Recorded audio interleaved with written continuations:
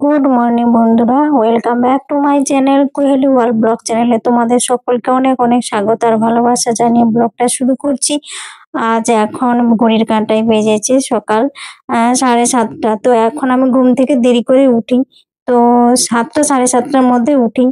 তো এইদিকে দেখো, ঘুম থেকে উঠে বিছানাটা ঝাড়াঝাড়ি করে পরিষ্কার পরিপাটি ভাবে গুছিয়ে রেখে নিই।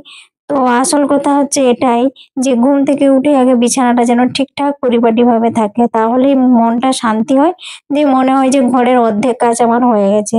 তো এইদিকে দেখো বন্ধুরা, এখন আমি সকালে গরম জল একটু করে নিচ্ছি।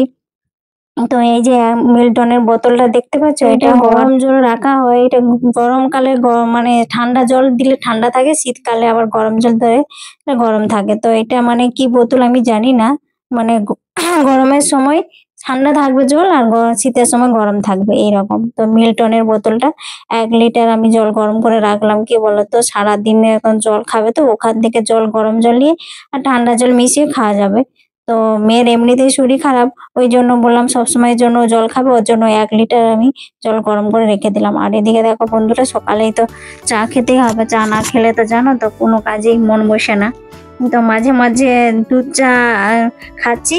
কি বলতো, শীতকালে একটু দুধ চা খেতেই ভালো লাগে। কি মানে তো আগের দিনে আমার দুধ ছিল, তো সেই দুধটা মানে খাওয়া হয়নি। হরলিক্স বা কফি যদি সন্ধ্যেবেলা খাওয়া হতো তাহলে সে হয়ে যেত, কিন্তু খাওয়া হয়নি বলে আগের দিন সন্ধ্যেবেলায় তো সেই দুধটাই ছিল। তো ভাবলাম যে ওটা চা করে খেয়ে নিই। চা করে খেয়ে নিয়ে আমি এই যে উঠোনে এখন চলে আসলাম। জামা কাপড়গুলো কেচেছি, তো ওগুলো ভালো করে মিলে দিচ্ছি। মানে মোটা মোটা জামা সোয়েটার রয়েছে, তো তো ওগুলো দিয়ে না জল মানে বেরোচ্ছে, টপ টপ করে জল পড়ছে। তো ওগুলো ভালো করে একবার নিচড়ি আবার ভালো করে মিলে দিলাম। আর মেয়ে দেখো এখানে উঠোনে বসে বসে ওর ড্রয়িং এর কাজগুলো আছে সেগুলোই করছে। আর আমি এই যে চান করতে এখন যাব, তো যার জন্য আগে ভাবলাম যে গাছগুলো একটুখানি জল দিয়ে দিই। তো মানে বিকেলবেলা জল দেওয়া হয়নি। আর এখন শীতকাল জানো তো, মানে মাটিটা শুকিয়ে যায় একবেলা যদি জল না দেওয়া হয়। তো এই জন্য গাছগুলো একটুখানি আমি জল দিয়ে দিলাম। আর অফ ক্যামেরায় কিন্তু আমার সব কাজগুলোই হয়ে গেছে। তো এবারে আমি চান টান করে চলে আসলাম এবার রান্নাঘরে। তো রান্নাঘরে এদিকে দেখো ভাতটা বসিয়ে দিয়েছি, ভাতটা ফুটে গেছে কিন্তু। আর এদিকে এখন রান্নার দিক ঘরে দেখো আমি দুটো কড়াই বসিয়ে দিয়েছি যাতে রান্নাটা তাড়াতাড়ি হয়ে যায়। ওইদিকে দেখো আলু আর ওই পেঁয়াজ কুলি ভাজা করব, আর সিম ভাজা করব, আর এই যে বাঁধাকপি দিয়ে আলু দিয়ে এটা একটা করব। আর এই যে মাছ নিয়ে এসেছিল না, বড় মাছের পেটিগুলো, তো ওইগুলোই রয়েছে। আর এত বড় বড় মাছের পেটি না আমার ভালো লাগে না বড় মাছ খেতে, তো নিয়ে এসেছে, ওইগুলোই রান্না করব। ওই জন্য শুধু ওইটাকে টমেটো দিয়ে আদা পেঁয়াজ দিয়ে রসুন দিয়ে করে নেব। আর এদিকে দেখো আমি এখন পেঁয়াজ কুলি ভাজাটা করে নিচ্ছি। আর পেঁয়াজ কুলি ভাজাটা আমার না খুব ভালো লাগে। কি বলতো, রুটি দিয়ে খেতে, ভাত দিয়ে আমার অতটা না খেতে ভালো লাগে, কিন্তু আমার রুটি দিয়ে পেঁয়াজ কুলি ভাজাটা খুব ভালো লাগে। তো এইদিকে দেখো এই যে টিফিন এখন খাওয়া হবে। তো এই যে এখন এই যে মশলা কুলচাগুলো নিয়ে এসেছিলাম, তো এগুলো এখানে মেয়ে খাবে, তার জন্য একটুখানি গরম করে দিচ্ছি ওকে। তার সাথে ও ওই চানা মশলা সবই ছিল, তো ওইটা গরম করে দিয়ে দিয়েছি ওকে খেতে। এদিকে দেখো এখন বাইরে বসেছি রোদে, আর বসে বসে খাচ্ছি। মানে কি বলতো, শীতকালে না রোদে বসে খেতে খুবই আরাম লাগে, না ভালোই লাগে। হালে ঘরে ঠান্ডা লাগে, ঘরে যেই ঢুকে আছি তখন ঘরেটা ঠান্ডা লাগছে, আর বাইরে বেশ রোদে বসে আরাম লাগছে, মানে রোদ থেকে বেরোয় মানে যেতে ইচ্ছে করে না ঘরে এরকম। তো বসে এখন টিফিনটা খেয়ে নি। আর এখন আমার রান্না কিন্তু কমপ্লিট হয়নি। ওই যে ভাতটা ডালটা পেঁয়াজগুলো ভাজা এগুলো হয়ে গেছে, আর মাছটা বাঁধাকপি এটা বাকি আছে। এই যে এখন টিফিন খেয়ে আবার চলে আসলাম রান্না করতে। তো রান্না টান্না করে নিই। কি বলতো বন্ধুরা, সকাল থেকে ননস্টপ একা হাতে স্মার্টলি কিভাবে সব কাজ আমি গুছিয়ে করি। তো এখন যেহেতু শীতকাল, শীতকালে বেলাতে মানে এত মানে কাজের চাপ, আর তার উপরে বেলাটা এতটাই ছোট না, মানে কখন যে বেলা শেষ হয়ে যাচ্ছে তো বুঝতেই পারি না। এত কাজের মধ্যে থাকা সত্ত্বেও কখন যে বেলা শেষ হয়ে যায় বোঝাই যায় না। যাই হোক, এখন তো কাজ তো আমাদের তো করতে হবে প্রতিনিয়ত, ডেলি যেটা আমাদের কাজ, রান্না বান্না সংসারে বা সব কাজ। আর এগুলো তো আর কেউ করে দেবে না, এগুলো নিজের সংসারের কাজ নিজেকেই করতে হবে। যাই হোক, এদিকে দেখো বন্ধুরা, আমার এই যে মাছের ঝোলটা আমি রান্না করি, আর মাছের মাথাগুলো রয়ে গেছিল, তো ভাবলাম যে ওটা দিয়েও একটুখানি করে নিই, কেননা মাছের মাথা থাকলে না পড়ে থাকে, আমাদের মাছের মাথা কেউ আবার খেতেও চায় না। তো ওই জন্য রান্নাটা করে নিলাম আর ধনেপাতা উপরে ছড়িয়ে দিলাম। আর ওই পাশে কড়াইটা দিয়ে বসিয়েছি, ওটা হচ্ছে সরি, এই যে বাঁধাকপিটা বসিয়েছিলাম। তো পাশে রান্না কমপ্লিট, আর এদিকে দেখো আমার রান্নাঘরটা এখন আমি একটুখানি ক্লিন করে নিচ্ছি। মানে আমি প্রত্যেকদিন রান্নাঘর রান্না করার পরে ক্লিন করি, তো আজকে ভাবলাম যে একটু ডিপ ক্লিন করে নিই। আর আমি হচ্ছে কি বলতো ওই 15 দিন অন্তর অন্তর ডিপ ক্লিন করে নিই। তো এই জন্য আমার রান্নাঘর কিন্তু সবসময় যেন চকচক পরিষ্কারই থাকে। আর এটা কিন্তু আমি বারে বারে বলছি, এটা কিন্তু আমার নিজস্ব বাড়ি নয়, এটা আমার ভাড়া বাড়ি। তো যারা জানো না, যারা নতুন বন্ধু আমার ভিডিওটা দেখছো তাদের উদ্দেশ্যে আমি বলে দিলাম।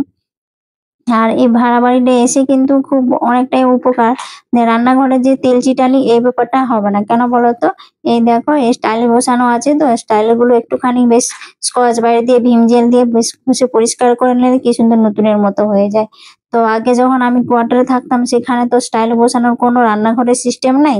আর এইরকম আহ মানে কোনো কিছুই ব্যাপার ছিল না, সেই জন্য ওখানে দেয়ালে যত রান্না করা হয় দেয়ালে সব তেল চিটানি গুলো লেগে যেত। আর এত রান্নাঘরটা বাজে হয়ে যেত না দেখতে, নিজেকেই খারাপ লাগতো। তো যাই হোক, এখান থেকে চলে এসেছি, এখন অনেকটা মুক্তি আমি পেয়েছি ওইগুলো থেকে।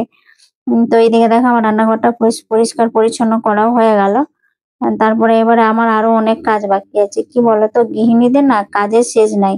আর কাজের কোনো হিসাবও হয় না, যে কত কাজ তাদের করতে হয় সারাদিন। তো আমার এই কাজটা আমি করছি, আর তার মধ্যে আমি কমেন্ট ওটা পড়ে দিচ্ছি। তো আমাকে একজন প্রতিনিয়ত আমার যে কমেন্ট করে, সেই মিঠুন রয় বাংলাদেশ থেকে, খুব আমাকে সাপোর্ট করে, তার জন্য তাকে থ্যাংক ইউ সো মাচ। এইভাবে পাশে থাকো, সাপোর্ট করো। আর ওই আরেকজন বাংলাদেশ থেকে দেখে, নার্গিস খাতুন, সেও আমাকে কমেন্ট করে প্রত্যেক ভিডিওটা, যখন সময় পাই আমার ভিডিওগুলো দেখে। কিন্তু তোমাদের উদ্দেশ্য তাই বলছি বন্ধুরা, তোমরা যখন আমি তোমাদের চ্যানেলটাতে সাবস্ক্রাইব করলাম বা সাপোর্ট করলাম, এবারে আমি যখন সময় পাই না তখন তোমাদের চ্যানেলটাতে গিয়ে আমি ভিডিওগুলো দেখি, কিন্তু তোমরাও আমার চ্যানেলে এসে একটুখানি ভিডিওগুলো দেখো। না দেখলে কি করে হবে বলো তো, আমার কোনো ওয়াচ টাইমটা তো হচ্ছে না, কাউন্টিং হচ্ছে না। সেই জন্যই তোমাদের কাছে এটাই আমার রিকোয়েস্ট, বারে বারে তোমাদেরকে তাই আমি বলি। ভালো লাগলে চ্যানেলটাতে সাবস্ক্রাইব করে দিবে, পাশে থাকবে, এইভাবেই চাই। কি বলতো, আমরা ছোটরাই তো, ছোটদের পাশে থাকাটাই সব থেকে ভালো। কিন্তু বড় ইউটিউবাররা তো আমাদের দিকে তো মানে কমেন্ট করলেও তারা কমেন্ট আমাদের পড়েও না। তো যেহেতু তাদের বেশি বেশি কমেন্ট না দেয়, তারা কি আমাদের ছোটদের কমেন্ট করবে?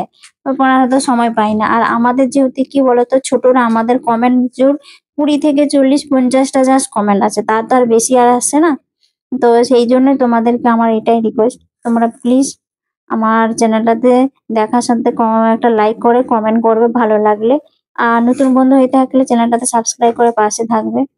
তো এইদিকে দেখো বন্ধুরা, আমি আমার গপু সোনাদেরকেও কিন্তু রোদে বসিয়ে চান করিয়ে দিচ্ছি। কি বলতো, ওরা তো আমার পরিবারের সদস্য না। তো তাই দেখো তেল মাখিয়ে কি সুন্দর মালিশ করে দিলাম, এবারে রোদে বসে বসে চান করছি।